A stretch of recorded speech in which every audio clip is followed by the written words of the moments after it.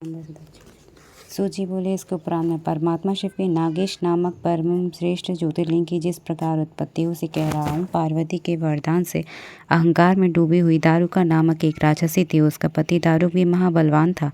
वह अनेक राक्षसों को साथ लेकर सत्पुरुषों को दुख दिया करता था और यज्ञ का ध्वंस तथा लोगों के धर्म का ध्वंस किया करता था। पश्चिम सागर के तट पर उसका एक वन था जो चारों ओर 16 योजन विस्तृत और सर्व समृद्धि पूर्ण था।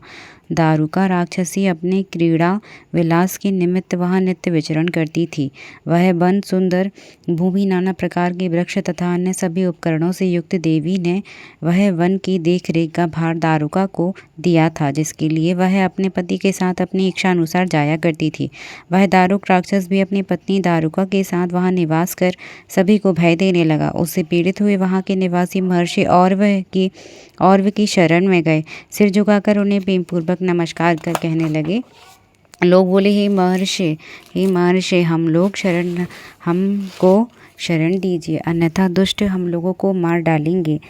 अब सब कुछ करने में समर्थ हैं। आप तेज से प्रकाशवान हैं। पृथ्वी पर आपके सिवा कोई भी हम लोगों का शरणदाता ऐसा नहीं है जिसके पास हम लोग वहाँ जाएं और वहाँ रहकर सुख प्राप्त करें। हे महर्षि, आपको देखते ही सभी राक्षस दूर भाग जाते हैं, क्योंकि आप में अग्नि के समान शिव का तेज प्रज्वलित होता रहता है। सूत जी बोले, लोगों के द्वारा इस प्रकार प्रार्थना किए जाने पर शरण देने वाले मुनि श्रेष्ठ और ने व्यथित होकर उनकी रक्षा के लिए वह वचन कहा। और वे बोले, यदि अत्यंत बलशाली ये राक्षस पृथ्वी पर प्राणियों का वध करते रहेंगे तो वे स्वयं मर जाएंगे।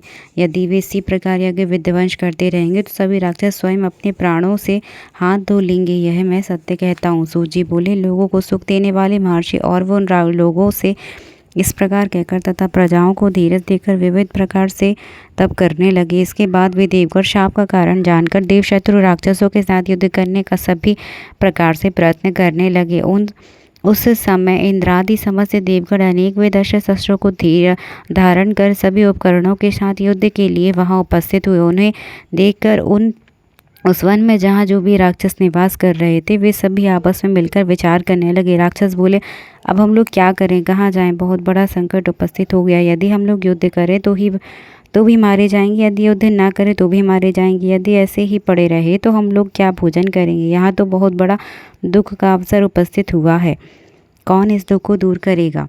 सूत जी बोले, वहाँ पर इस प्रकार विचार करके वे भी उन दारुक आदि राक्षसों को जब कोई उपाय नहीं सूझा तब वे बहुत दुखी हुए।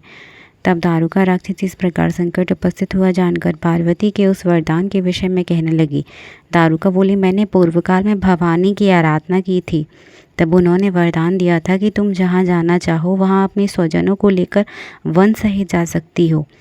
जब मैंने वैसा वरदान प्राप्त किया है तब तुम लोग दुखियों सह रहे हो। वन को जल के भीतर लाकर वहीं पर सभी राक्षस सुखपूर्वक रह सकते हैं। सूत जी बोले, तब उस राक्षसी का यह वचन सुनकर सभी राक्षस हर्षित हो उठे और निडर हुआ आपस में कहने लगे, यह धन्य है, कृतकृत्य है। इस रागी ने हम लोगों को जीवन दान दिया है। तदुपरांत वे इस राक्षसी को प्रणाम कर आदर पूर्वक कहने लगे, हे देवी, यदि तुम में इस प्रकार जानने की शक्ति है तो यहाँ से सब शीघ्र चलो। अब क्या विचार करती हो? हम लोग जल में जाकर सुखपूर्वक निवास करेंगे। इसी बीच सभी लोग देवताओं को साथ लेकर उन राक्षसों से युद्ध करने के लिए आए जिन्होंने उन्हें पहले बहुत दुख दिया था। देवगणों से पीड़ित उन राक्षसों के साथ पार्वती का बल का आश्रय लेकर तुम्हारी जय हो, तुम्हारी जय हो, इस प्रकार देवी की स्तुति जल स्थल में युक्त अपना सारा नगर उठाकर पंख युक्त हिमालय पर्वत के समान उड़ती हुई वह शिव भक्त राक्षसी समुद्र के मध्य में चली गई और अपने संपूर्ण परिवार के साथ निर्भय हो प्रसन्नता के साथ वहाँ निवास करने लगी। इस प्रकार वे विलासी राक्षस समुद्र के मध्य में स्थित हो सुखी हुए और निर्भय होकर नगर में विहार करने लगे।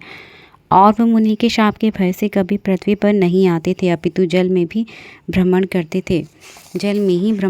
थे। हे नावों पर बैठे मनुष्यों को नगर में लाकर उन्हें वहाँ कारागार में डाल देते थे, किसी किसी को मार भी डालते थे। वहाँ स्थित होकर वे सभी राक्षस भवानी के वरदान से निर्भय होकर जैसे जैसे लोगों को पीड़ा देते ही रहते थे। मुनीश्वरों, जिस प्रकार उन राक्षसों का भय पूर्व में पृथ्वी लोक में स्थल पर नित्य प्रति बना रहता था, उसी प्रकार उनकी जल में रहने पर भी निरंतर भय बना रहने लगा।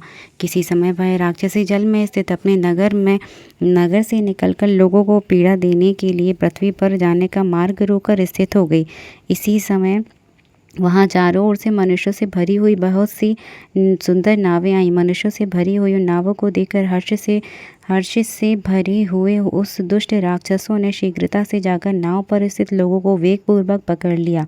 उन महाबली राक्षसों ने उन्हें अपने नगर में लाकर दृढ़ बेड़ियों से बांधकर कारागार में डाल दिया। श्रृंखलाओं से बंधे हुए तथा कारागार में पड़े हुए उन लोगों पर राक्षसों की बारंबार फटकार भी पड़ती रही, जिसके कारण वे अत्यधिक दुख पा रहे थे। उन सभी में उनका स्वामी जो सुप्रिय नामक वैश्य था, वह शिव भक्ति में श्रेष्ठ था, उत्तम आचरण वाला तथा शाश्वत शिव परायण था। वह बिना शिव पूजन किए बिना कभी नहीं रहता था। वह सर्वथा शिव धर्म का पालन करने वाले भस्म रुद्राक्ष धारण करने वाला था। यदि वह कभी पूजन नहीं कर पाता तो उस दिन भोजन भी नहीं करता था, अतः वहाँ भी वह वैश्य शिव पूजन किया करता था। हे श्रेष्ठ ऋषि, उसने कारागार में रहते हुए बहुत से लोगों को शिव मंत्र और पार्थिव पूजन की विधि सिखा दी। तब कारागार में रहने वाले अन्य लोग भी अपनी कामना को पूर्ण करने वाली शिव की पूजा विधि पूर्वक करने लगे, जैसा कि उन लोगों ने देखा और सुना था।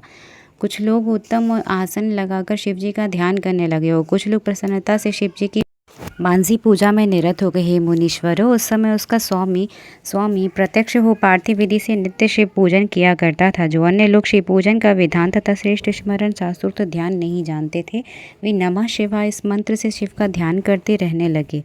सुप्रिय नामक जो शिव भक्त श्रेष्ठ वैश्य था, वह मन में शिव जी का ध्यान करता हुआ वहाँ शिव पूजन किया करता था। भगवान शिव जी भी शास्त्र वर्णित रूप धारण कर सभी सामग्री प्रत्यक्ष ग्रहण करते थे। वह वैश्य स्वयं इस बात को नहीं जानता था कि शिव जी उसे ग्रहण कर लेते हैं।